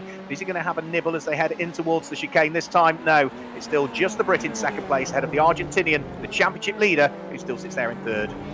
Yeah, just noticed Bart Horson unlapping himself from Tom Ingram. That is Tom Ingram just behind Bart Horson again, and Jamie Caroline is right in there as well. He's getting himself involved here as Jamie Caroline, as we did in the previous races, getting himself involved in the lead battle, even if he is kind of a lap down here. It's personal best from Nico Verone, but Ingram is just lapping. He's a couple of tenths slower, but that's all right at this stage. He's behind Bart Horson, and that will also help him because he's going to get the toe off of Bart Horson and keep himself behind. The gap back to Foster is about 3.4 seconds now, about to head down the straight. And Ingram now he's going to have to re-lap Bart Horston with the slipstream up the inside. You can see in the background Verone. Is he going to get past Foster? He's trying to find some space here. Now he's doing what he did earlier in race number 1. He's pushing Foster down. I wonder, is he just going to start working with Louis here to try and catch up to Ingram? Yeah, very, very intelligent driving in the earlier race that we saw from Nico Verone when he was fighting away with Jonathan Hoggard, and the same here. You know, he just knows full well that there's still 4 minutes to go at this stage. The chances of them catching the race leader are quite remote. He's reliant on a mistake from Tom Ingram, which, you know, could be the case as he worked his way through the traffic and is still fighting away with Bart Horston. But he knows that Nico Verone, if he just sits there in 3rd place, 2nd, a bit like it did earlier on the final lap, he might be able to gain a place over Louis Foster. They just work their way up towards the next of the right-handers in towards the braking area as they come down towards, I think that's going to be through Fania, isn't it, as they head through the left and the right flicks at Fania, then up towards the right-hander at Campus before on towards Stavelot. And Jamie Caroline is just starting to get in the way a little bit here. Hopefully he'll blend out of the throttle and get offline as they head up towards Blanchimont, because he's sort of holding up now, isn't he, the fight for 2nd and 3rd. Yeah, we know that Verone got frustrated with Chris Middlehurst last week with the same kind of thing, as Foster's going to make his way through. Now we look back at Josh Skelton versus Kieran Vernon in the Chris Dittman racing cars. They're starting out for 7th place. Piers Pryor just up ahead. Nikolai Kiergaard, even after spinning early, he's back up to 5th place. So Nikolai Kiergaard's not doing a bad job at all. Tom Maxwell into 4th and Verone 3rd. Foster and Ingram still leads. He's running out of time though, Louis Foster and Nico Verone, because there's not a whole lot of laps left. 2 at the maximum when they come across the line, and Verone setting personal bests. Yeah, absolutely. Here we go. Kieran Vernon getting another run on his teammate in the sister Chris Dittman Racing car. This being Josh Skelton. Fight for 7th and 8th place. The one thing they won't want to do is take each other out. Just gives you an idea, Jack, and those of you watching, how this has been incident-packed. Tom Ingram leads the race. He's gained 15 places. Louis Foster is second in the race. He started from pole. Nico Verone is third in the race. He's gained 20 places. Tom Maxwell is fourth. He's gained 10. Nikolai Kiergaard is fifth. He's gained 12. And Piers Pryor is sixth. He's gained 15 places. Just gives an idea how we've had an action-packed race. Verone's dropped off the back of Louis Foster. I don't know if he's had a problem, but he's not right on him. You can see in the background, Verone's dropped about a second off the back of Louis Foster. The gap has come down between the top to about 1.9 seconds. And Ingram is having problems, I think, with Bart Horston, because the two of them are so equally matched that they can't get rid of each other. So Ingram's passing, then Horston's passing. There's not a whole lot he can do. But we look back at Tom Ingram, gap's 1.5. I don't know, I think Louis Foster might be able to catch him. We'll wait and see. Yeah, he's almost in range of getting the slipstream now. Bart Horston was sort of trying to unlap himself in race number 2 at Oulton Park last week as well, if memory serves me correctly. Well, he is a quick driver. He's just not had the luck in the 4 rounds that we've seen so far. I tried to cut across the mark. I think this is the last lap. It will be, yeah, as they work their way through Les Cons and then up towards Brussels. Tom Ingram, I think, is probably safe now. I don't think Bart Horston is going to hold him up that much, and I think at the moment Louis Foster is just far enough away, so he might have it done here, Tom Ingram. You never know. Yeah, as they come towards the line, the clock is ticking down. 20 seconds left on the clock as Tom Ingram comes towards the bus stop chicane. 15 places gained from nearly the back of the field. And what a drive from our guest driver here in the British Formula 3 iRacing champion. Here we come towards the bus stop chicane. I think it's just going to tick over as they come through. And coming towards the last corner, what a drive from BTCC driver. Tom Ingram is going to win this race from nearly the back of the field. Louis Foster in second and Nico Verone in third. That's a brilliant drive. And they might have just got across the line with a couple of seconds to go. The checker flag has not come out, so I think they have another lap to go. They have, yeah, just by a matter of split seconds. Milliseconds. Tom Ingram cannot ease off. He will get a bit of a slipstream from Bart Horston, and he will need that because Louis Foster in second position is not that far away from picking up race leader Tom Ingram's slipstream. So through Radion onto the Kemmel Straight for the final time. Remember, Bart Horston is the first of the cars in the shot, but he is just about staying on the lead lap at the moment. It's the car in second place, number 80, Tom Ingram, that leads the race. Louis Foster getting caught again by Nico Verone as they head up towards Les Cons for the final time through the flicks at Les Cons, then up towards the right-hander at Malmedy, where the circuit sort of comes to a crest just after the exit of the corner and then starts to dive back downhill in towards Brussels. 1.4 seconds is the gap, Tom Ingram to Louis Foster. There's, 3/4 of a lap to go. Tom Ingram, for the moment, Jack, seems to have everything under control.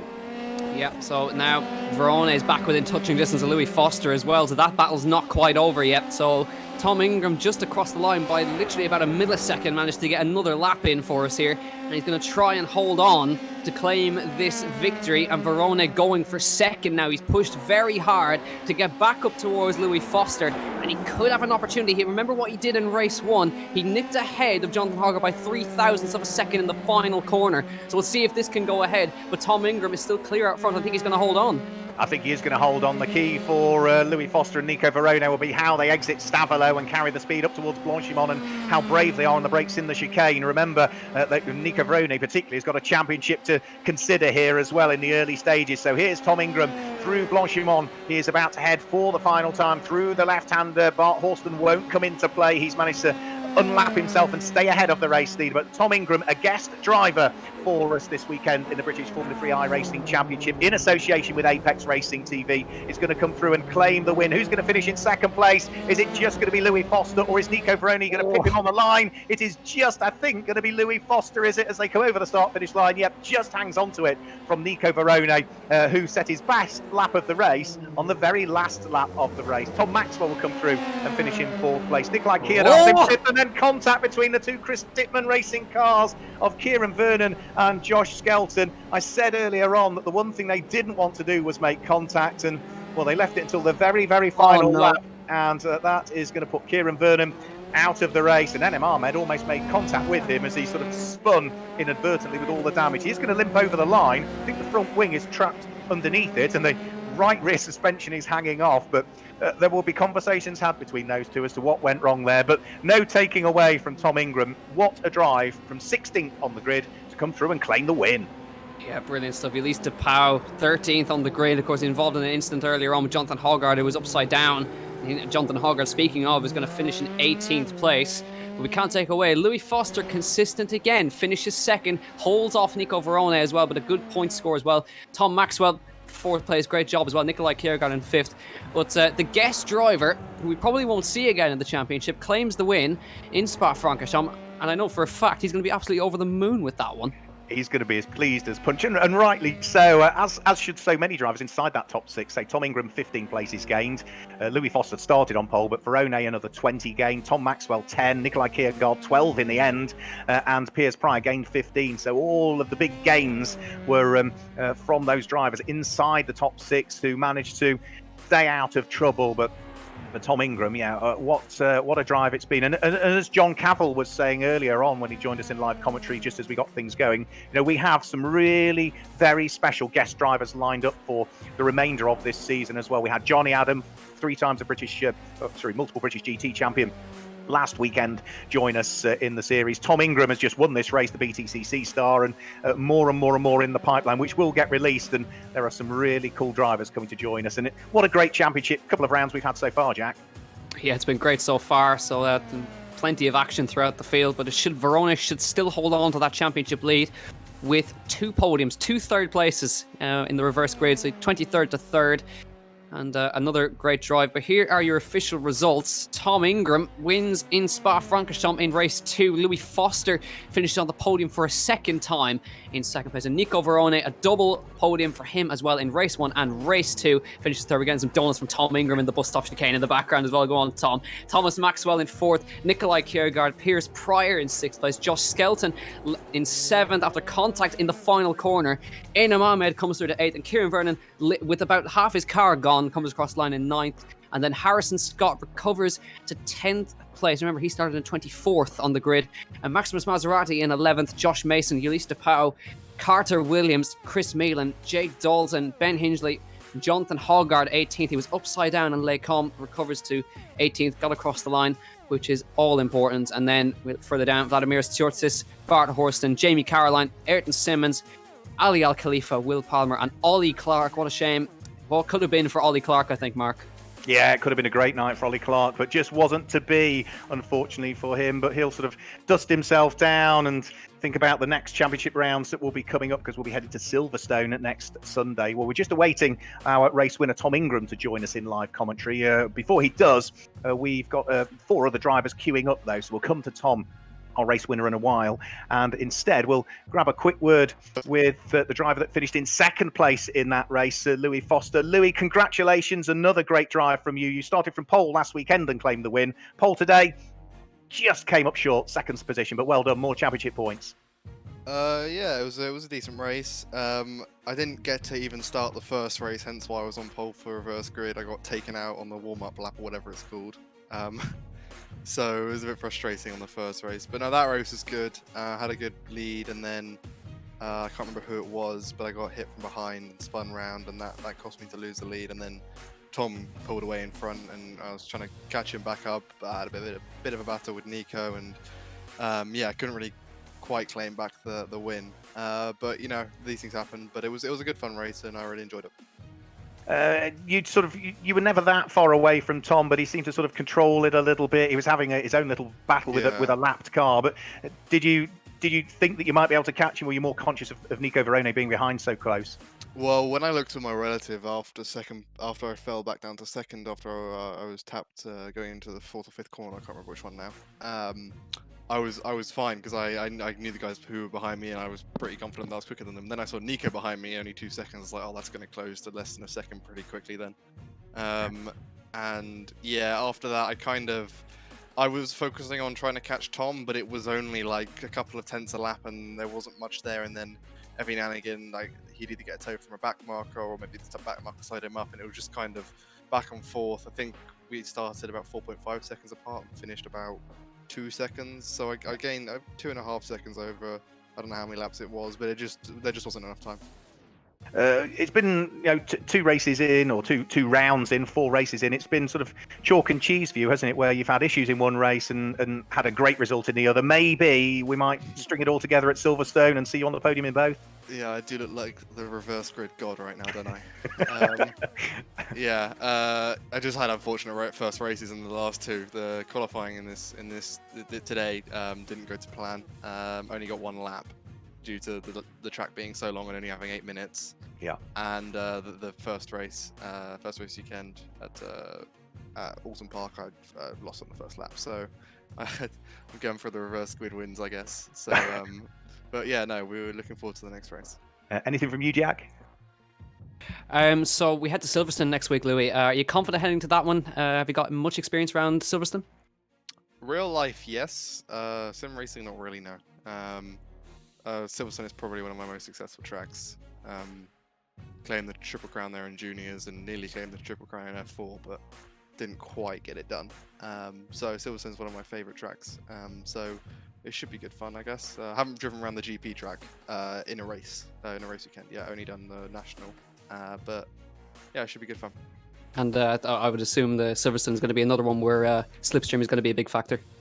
Yeah, I don't think it's as big as Spa because there's a lot of high-speed corners that are between the straights. So whatever you gain down the straight, you kind of lose in the corner. Whereas Spa, it's just like 2 really long straights followed by 2 slow corners. So Spa's a lot more slipstream based compared to Silverstone. Great. Well, thanks a million for chatting to us, Louis. Well done in your reverse grid 2nd place once again. Good luck for Silverstone next week. Thank you. So there we go. There's Louis Foster. Let's grab a word with our race winner, Tom Ingram, who joins us as a guest driver in the 3rd and 4th round of the British Formula 3 iRacing Championship in association with Apex Racing TV. Tom, congratulations, mate. What a drive from where you started on the grid, staying out of trouble. And as a guest driver, you're not supposed to do that. Thanks so much, Matt. What do you mean staying out of trouble? That was all. that was all cutting manoeuvres and driving from the back. I don't know what you're on about. Fantastic stuff. You must have enjoyed yourself. I know you do a fair chunk of this iRacing. You're a regular, and I gather you had to sort of ask the missus as to whether you could join in. We're delighted to have you in the championship. You can get me a reputation now, won't you? She's going to be watching at home, and I'm going to get a beating. Yeah, I mean, like I say, I'm in the grand scheme of it, I'm relatively new to the whole of the sort of the online gaming stuff. So I mean, I've only really started since this whole pandemic started, really. So yeah, fairly new. I've not done huge amounts on iRacing to be honest. I've done more with R Factor, with the stuff that I've been doing through there. So yeah, I've not done huge amounts in this at all. But I had a huge amount of help before that. Jake Dalton was helping me out massive. And I had Oliver Rowland helping me out as well. So I had 2 people really giving me some good advice with that. So it's big thanks to those guys for getting me towards the front actually. 16th on the grid up to 1st position. You're used to reverse grid races in BTCC, but 16th up to the win. That's one hell of an achievement.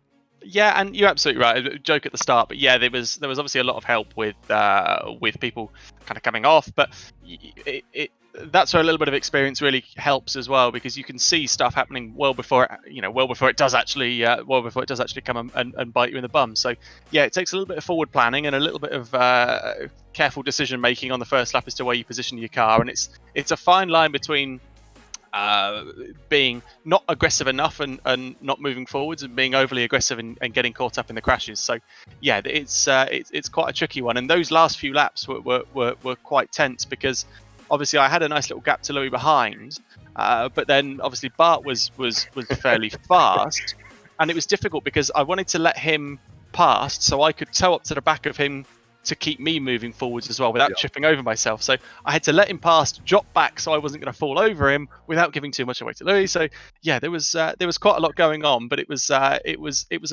good fun race. Interesting dynamic, as you say. Final question from me before maybe Jack Ganan's got a question for you. It'd be wrong not to chat about BTCC. Like everything else, it's on hold for the moment. There's a revised calendar gone out, which fingers crossed will be the final calendar. You must be really looking forward to getting back behind the wheel, and even more so with the performance of the new car last year, and now it's got a full year's development behind it. We know what you're like. We know what the car like. We know what the package with Christian Dick and Speedworks is like. Exciting year ahead, hopefully.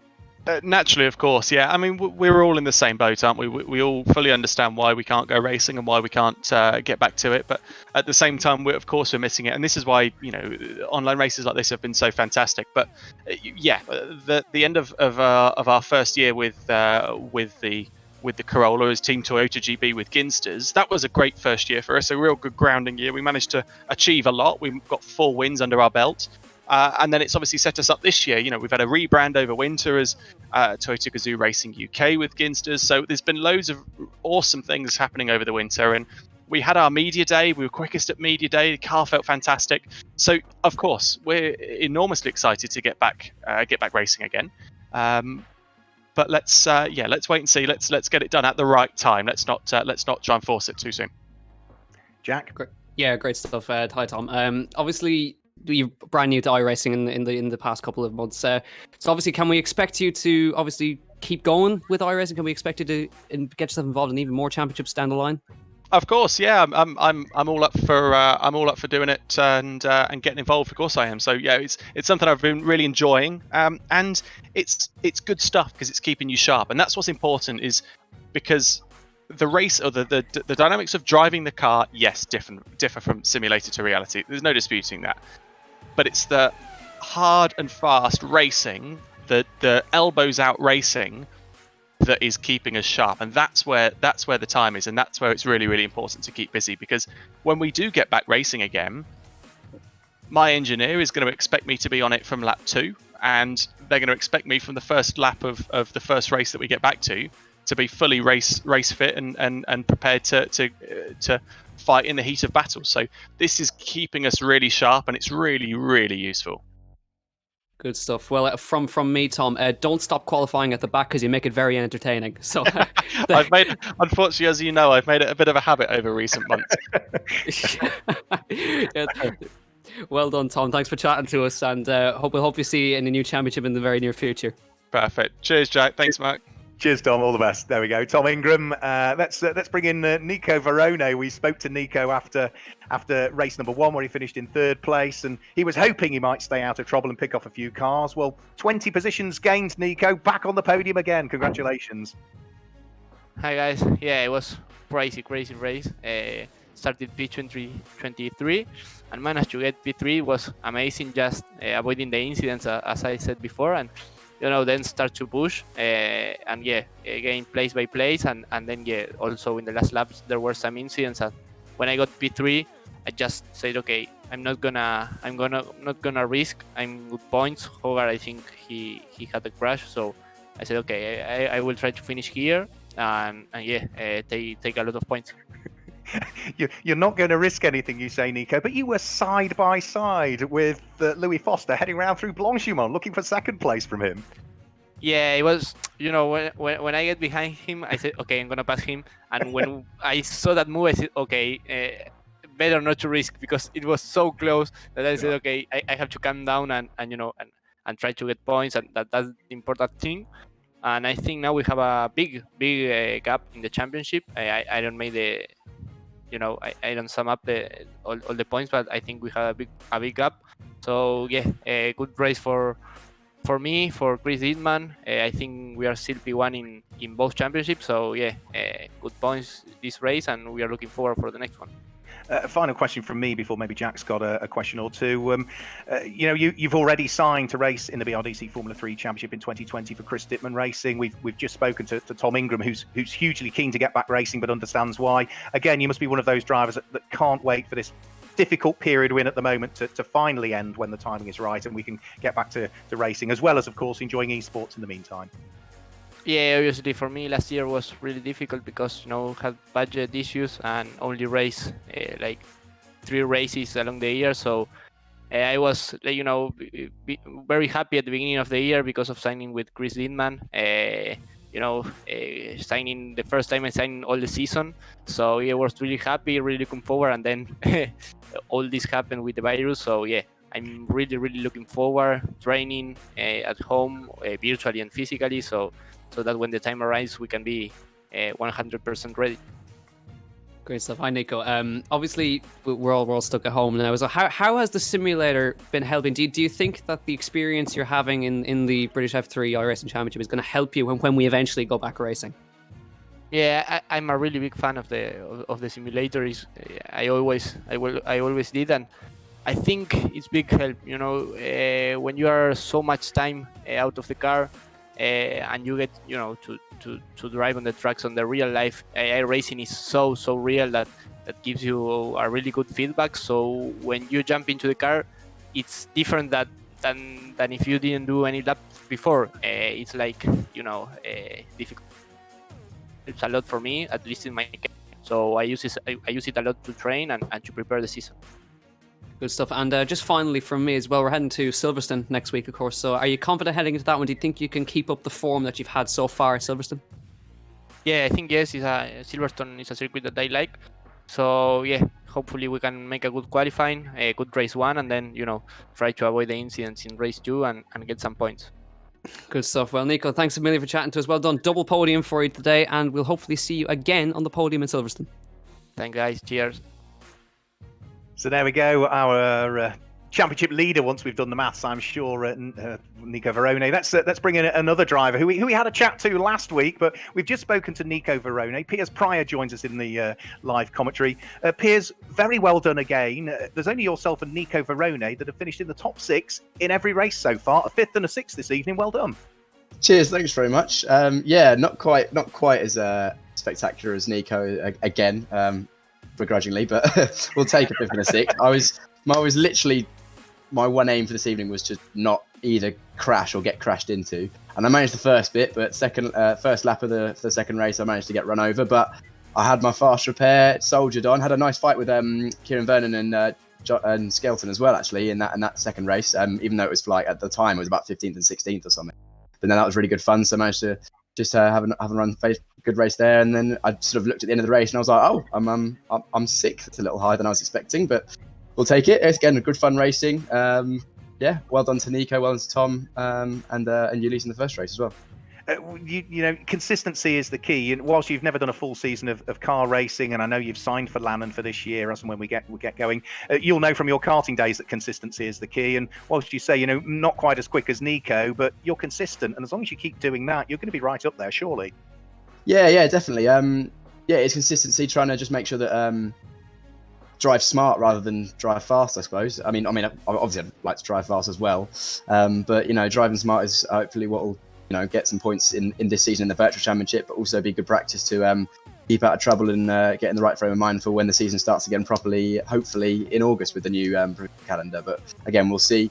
Nico's doing a very good job at the moment of keeping out of trouble. I'm doing nearly as well, but the pace, to be honest, has been pretty good. We had, I think, nearly fast lap at Oulton, and again, qualifying wasn't good today, but I'm not struggling for pace too much, but just trying to keep it consistent.